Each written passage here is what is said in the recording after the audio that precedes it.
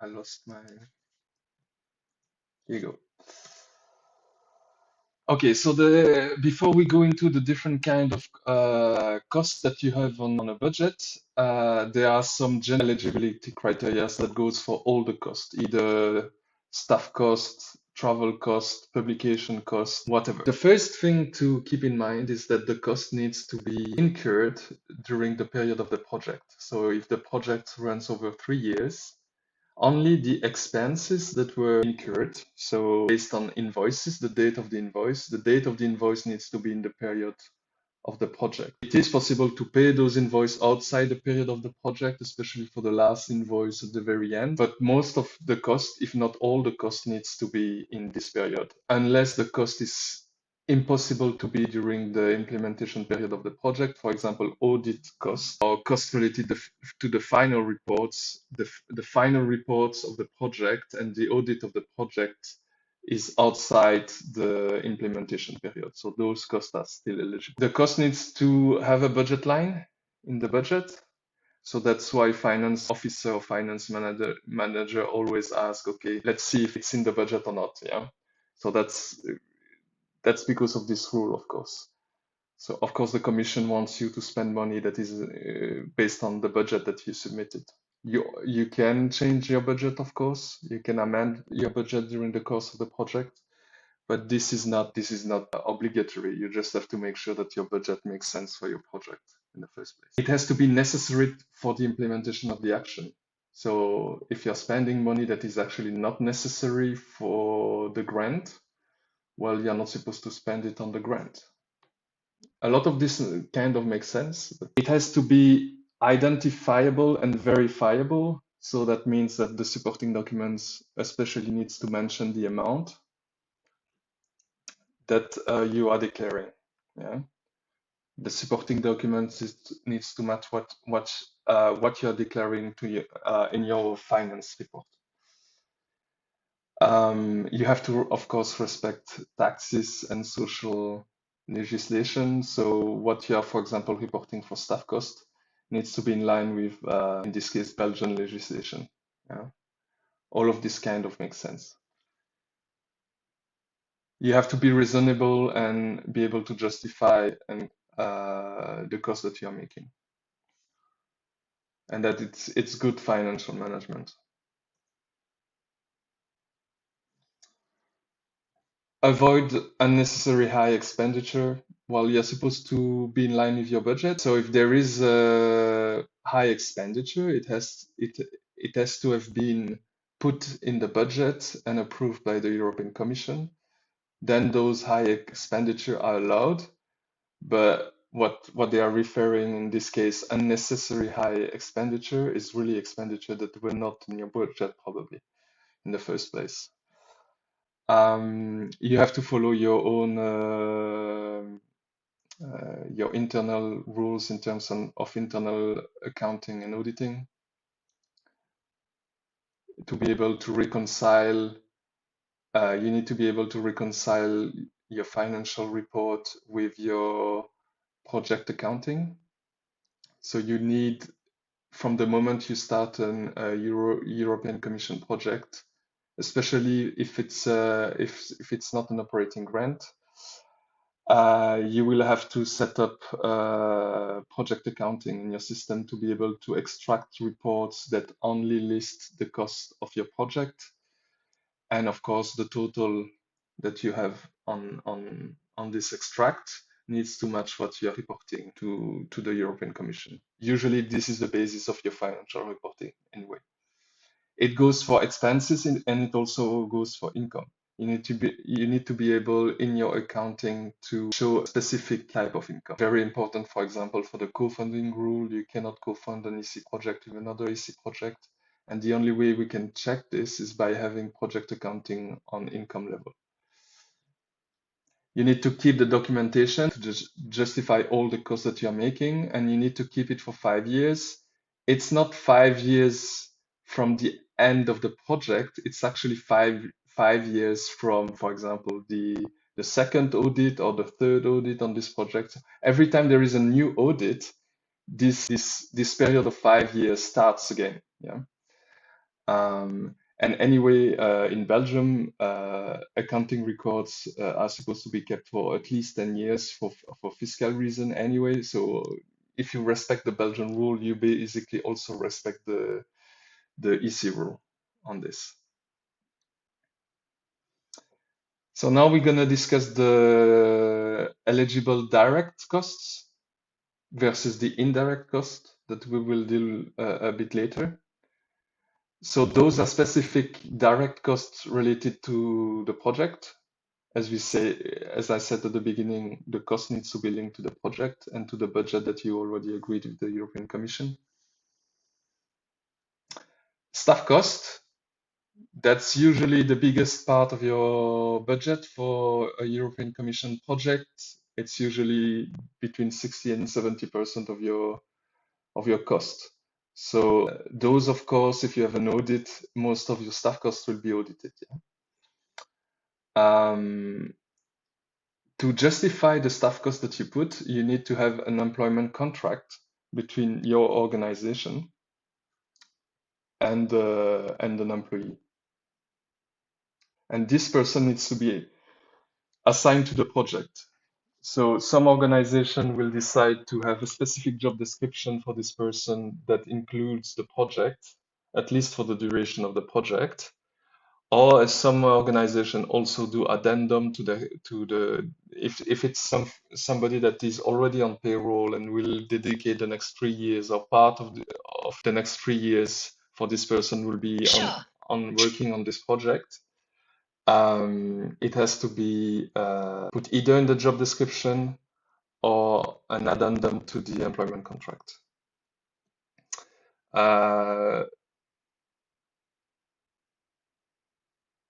Of course, the staff cost is not the same than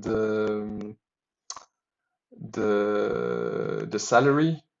So it's both the actual salaries and also all the costs related to the salary. So social security contribution and other obligatory costs related to hiring that specific person. And of course, your policy in terms of, for example, extra legal benefits. Your HR policy in general cannot be different for the project compared to what you do for the rest of your staff. So employment contract, job description, timesheets. We already discussed timesheets a while back. So I would refer to the call we had on timesheets if this is still unclear. But of course, timesheets is a necessity on EC project unless the person is working full time on the project. You have to be able to explain how you get to, so when you report staff costs on a financial report to the European Commission, you either use daily rate, hourly rate, or monthly rate, and those rates are calculated based on real cost. And the calculation that you are making needs to be submitted, for example, to the auditor, for the auditor to check that what you are actually reporting is correct and in line with your accounting. Pay slips, other kind of payroll records. For example, if the person is getting meal vouchers, then the invoice of the supplier, the split of the meal vouchers between the different employees, all of this needs to be submitted. If the person is getting group insurance, then the invoice of the group insurance and the split of that invoice is also something that you would have to submit. And of course, you need to prove that the staff has received their net salary. So proof of payment here would be the proof that the person has received their salary, and the auditor or the commission can also ask the proof that you have paid your payroll provider. That is then paying on your behalf your taxes and social security contribution as an organization. So that staff cost, it's quite, I mean, mostly any kind of documentation that you have would have to be submitted if you have an audit. Travel, accommodation, and subsistence allowance. So that's the travel budget. Your policy in terms of reimbursement and cost needs to be in line with your general policy in terms of travel reimbursement. You cannot have a per diem policy that is specific to EC grants and only applying those to EC grants and not to the rest of your organization, right? You have to have a policy that is applicable to both your EC grants and the rest of your budget or the rest of your organization. There are maximum in terms of what you can reimburse in terms of travel cost. Usually it's less about the flight or the train, so travel as such, but more about the subsistence and the accommodation. Uh, but we will deal next week. We will deal about per diem, which will cover this in detail because the cost needs to be reasonable.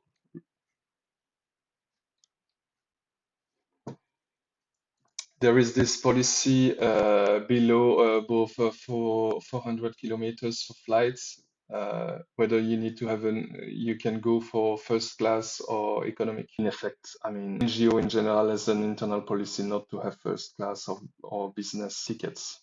So that's not really applicable. The same for private car. It doesn't really apply for most NGOs. Yeah. Supporting documents for travel cost. If you are attending or organizing an event and you're paying for people to come, then you have to have attendance list so that people, when they arrive, they sign the attendance list. It's kind of a proof that the people actually attended the event. It's to avoid situation where you are paying for the travel of somebody and then the person is actually not attending the event. So they had some cases in the past. That's why now they are asking for attendance list. But they could ask for the invitation, the registration list, the agenda of the event, the mission report. But this is mostly about the narrative reporting and not the financial reporting. But you can have, for example, auditors that are asking for, an agenda or a report of the event that happened, just to make sure that the event actually happened.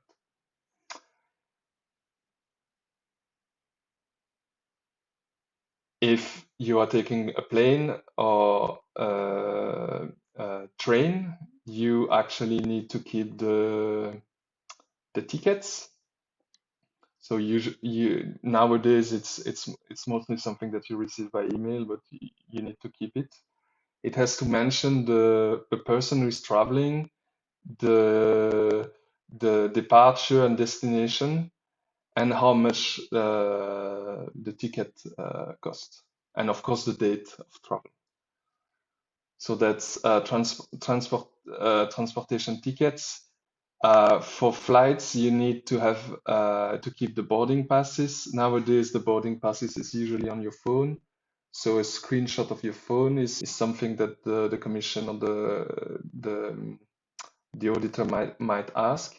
So you have to think about this when you're actually traveling, because of course if I ask somebody their boarding pass is like 3 years after they actually travel, they probably won't have it anymore. So you have to think about the fact that when you reimburse your staff, when you tell them what is the policy in terms of getting reimbursement, you have to tell them that they need to give you a screenshot of their boarding passes. Yeah. Invoices for travel, we have less a situation of invoices. Invoices is more for accommodation because travel usually is not subject to VAT, so you would have a receipt and not an invoice. But if you for the cost related to the accommodation, you might receive an invoice. Yeah. In this case, the invoice is a supporting document, and all of them we need to be able to prove that this has been paid. So usually, plane tickets and train tickets would be paid via credit card. So the credit card statement is the proof of payment. But if you have made, you could also have made a bank transfer, and then the bank statement is the proof of payment. Per diems.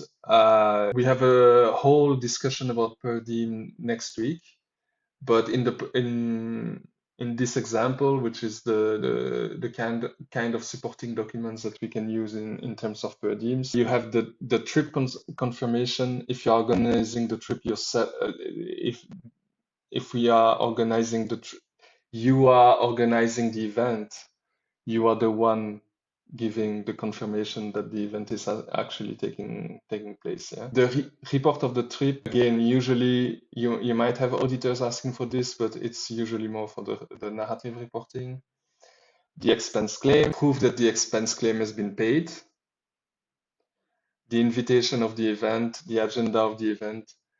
I always advise that for each specific trip that you organize, that you create a folder and you get all of this documentation in the folder. Yeah.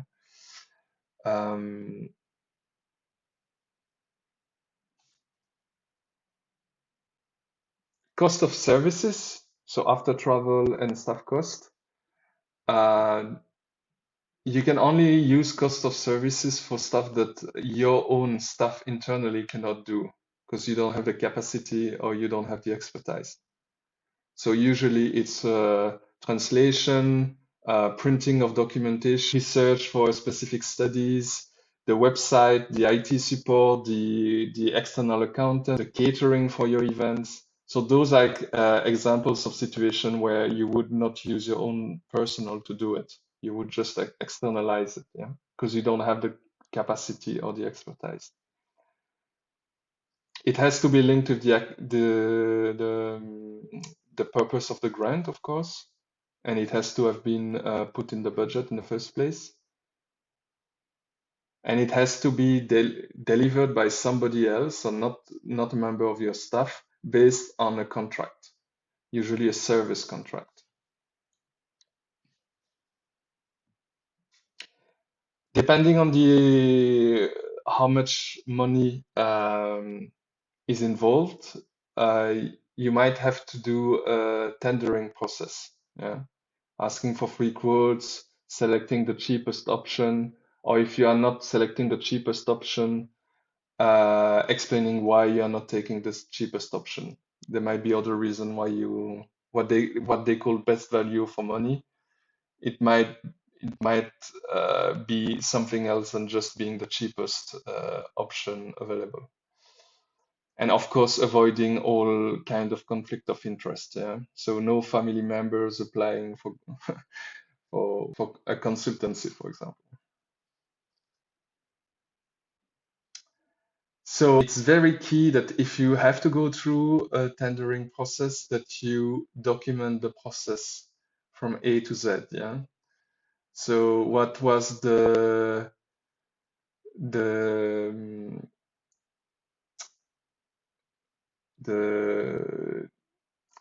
the offer or the job ad, let's say. So all the documentation, the procurement. In some situation, you would have a sort of panel who would decide which option is the best. Then a summary of the discussion of the panelists would work. The terms of reference, that's what I was thinking of. Yeah. So of course, what the consultant is applying for. Yeah. The offers of all the bidders, evaluation contract, of course, the contract with the consultant, the invoices that they issued at the end, proof of receipts for goods. It really depends on the amount required. And sometimes, for example, the printing of a report, you you you might not get the proof of receipt, but you can just make a picture of the actual report on paper. Yeah, proof of payment, of course, making sure that for the auditor to make sure that the invoice has been paid and the consultant has been paid. Usually, bank statements would suffice. Administration cost is the next one. It's a lot of different things that cannot be on other budget lines. So, for example, the depreciation of equipment used to. So in Belgium, usually the computers, for example, is depreciated over 3 years.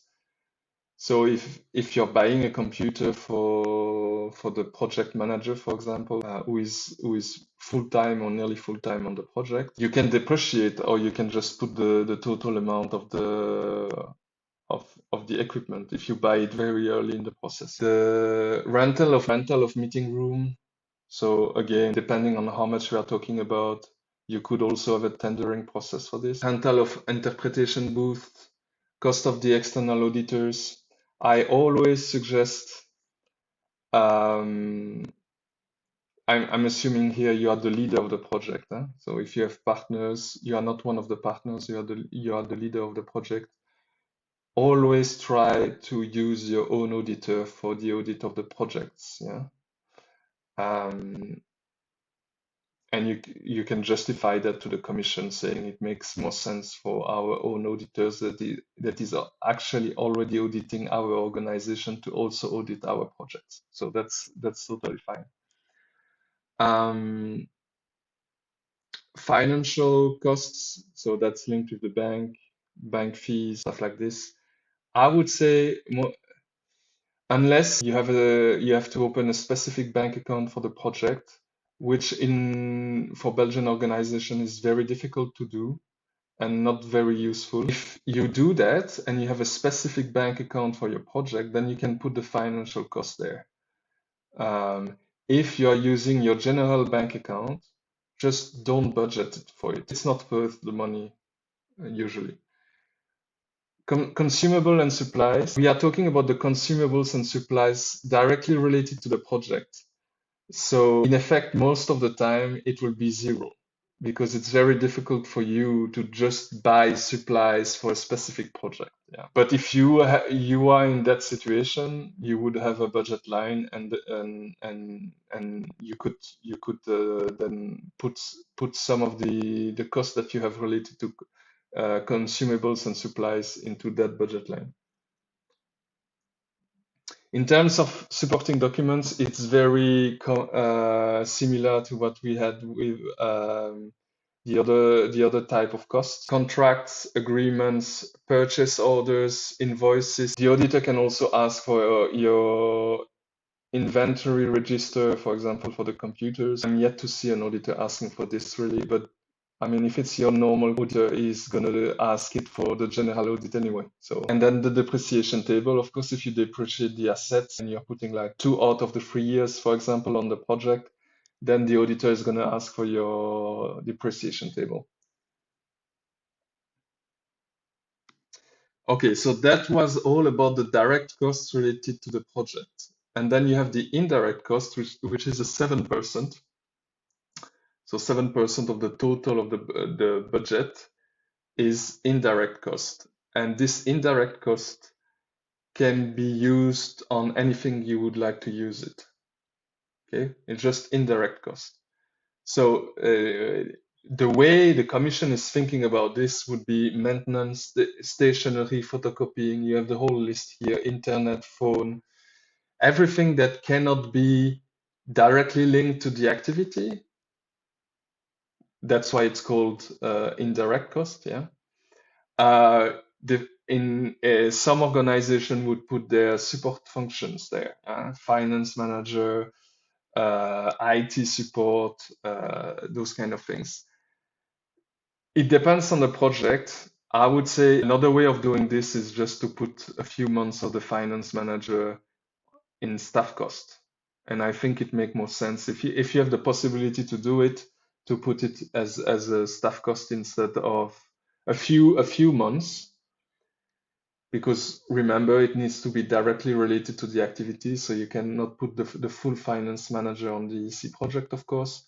But I think it makes more sense to have 1 or 2 months of the finance manager in the staff cost than to use the 7% for this.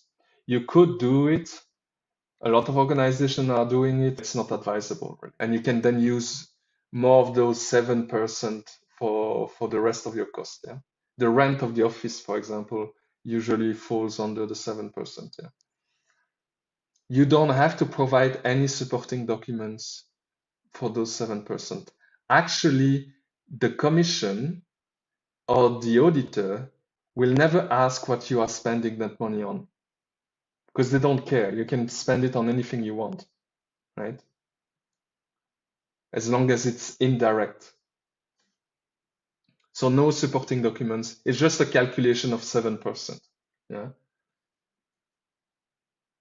What is definitely not eligible on an EC grant. A lot of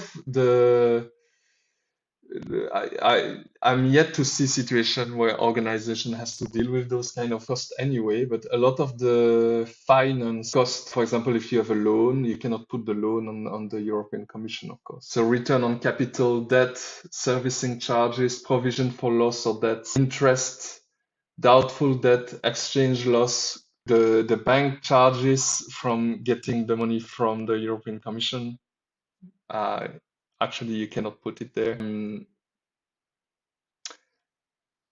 You cannot, so that's the co-funding rule, you cannot put the cost of another EC project as a cost in your project. It can only be on one of the projects. It cannot be, the same cost cannot be on both projects. If they are on both projects, one of the projects, the cost is ineligible in one of those two projects. Yeah.